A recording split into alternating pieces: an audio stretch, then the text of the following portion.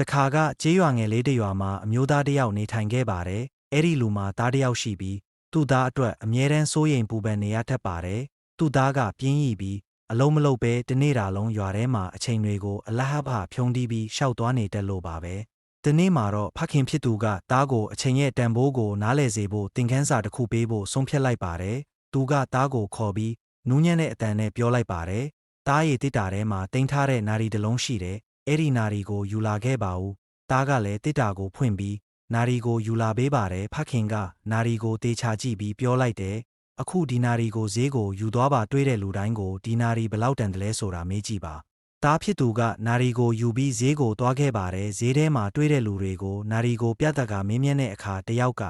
900ယူပြီးလို့ပြောတယ်။နောက်တစ်ယောက်က1000ယူပြီးနောက်တစ်ယောက်ကတော့800ယူပြီးလို့ပြောကြပါတယ်။လူတိုင်းကတန်ဖိုးကိုအမျိုးမျိုးကွဲပြားစွာပြောကြပြီးဘယ်သူမှတူညီတဲ့သဘောထားမရှိကြပါဘူး။သားဖြစ်သူကအိမ်ပြန်လာပြီးဖခင်ကိုပြောပြပါတယ်။ဖခင်ရဲ့ဈေးထဲမှာလူတိုင်းကနာရီတန်ဖိုးကိုမတူညီပဲအမျိုးမျိုးပြောကြတယ်။တချို့က900တချို့က800တချို့က1000လို့ပြောခဲ့ကြတယ်။ဖခင်ကပြုံးပြီးကောင်းပြီးအဲ့ဒီနာရီကိုတစ်တာထဲပြန်ထည့်ထားလိုက်ပါလို့ပြောလိုက်ပါတယ်။နောက်တစ်နေ့မှာတော့ဖခင်ကသားကိုထက်ခေါ်ပြီးမနေ့ကနာရီကိုပဲပြန်ယူခိုင်းပါတယ်။သားကနာရီကိုယူလာပေးတဲ့အခါဖခင်ကပြောပါတယ်။အခုဈေးကိုထပ်သွားပါဒါပေမဲ့ဒီတစ်ခါမှာတော့နာရီရဲ့ဈေးနှုန်းကိုမမေးနဲ့ဒီနာရီထဲမှာရှိတဲ့အချိန်ရဲ့တန်ဖိုးကဘယ်လောက်လဲဆိုတာကိုပဲမေးကြည့်ပါ။သားဖြစ်သူကအန်းလာသွားပြီးဖခင်ဘာကိုဆိုလိုတာလဲဆိုတာနားမလည်ပေမဲ့ဖခင်ခိုင်းတဲ့အတိုင်းဈေးကိုထပ်သွားခဲ့ပါတယ်။သူကတွေးတဲ့လူတွေကိုဒီနာရီထဲကအချိန်ရဲ့တန်ဖိုးဘယ်လောက်လဲလို့လိုက်မေးပါတယ်။လူတွေကသူ့ကိုထူးဆန်းတယ်လို့ကြည့်ကြပြီး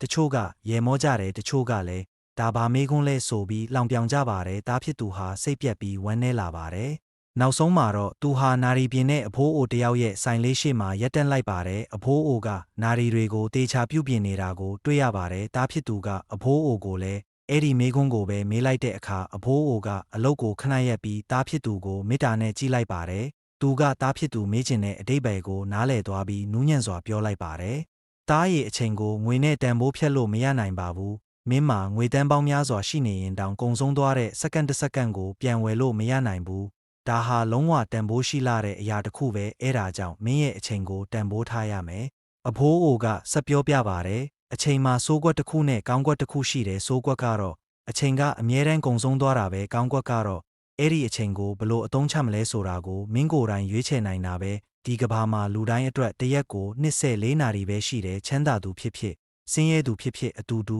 24နာရီပဲရကြတာပါကွာခြားချက်ကတော့အဲ့ဒီနာရီတွေကိုဘလို့အသုံးချတယ်လဲဆိုတာပါပဲသားဖြစ်သူရဲ့မျက်လုံးထဲမှာနားလည်မှုတွေပြည့်နှက်လာပြီးသူ့ရဲ့စိတ်ထဲမှာပြောင်းလဲမှုတစ်ခုကိုခံစားလိုက်ရပါတယ်သူဟာအဖိုးအိုကိုကျေးဇူးတင်ပြီးအိမ်ကိုမြန်ပြန်သွားခဲ့ပါတယ်အိမ်ရောက်တဲ့အခါဖခင်ကိုဈေးထဲမှာဖြစ်ခဲ့တာအားလုံးကိုအသေးစိတ်ပြောပြပါတယ်ဖခင်ကဂုဏ်ယူစွာနဲ့ပြုံးပြီးသားရဲ့ပခုံးပေါ်ကိုလက်တင်ကအားပေးလိုက်ပါတယ်အဲ့ဒီနေ့ကစပြီးသားဖြစ်သူရဲ့ဘဝမှာပြောင်းလဲမှုကြီးတစ်ခုဖြစ်ပေါ်လာပါတယ်သူဟာအလုပ်တွေကိုစ조사လုပ်ကင်လာပြီးအချိန်ကိုတေချာစီမံခန့်ခွဲတက်လာပါတယ်အချိန်ကိုတန်ဖိုးထားပြီးအလဟဘဖြုံးတီးတာတွေကိုရက်လိုက်ပါတယ်သူဟာအချိန်ရဲ့တန်ဖိုးကိုအစစ်အမှန်နားလည်သွားခဲ့ပါပြီ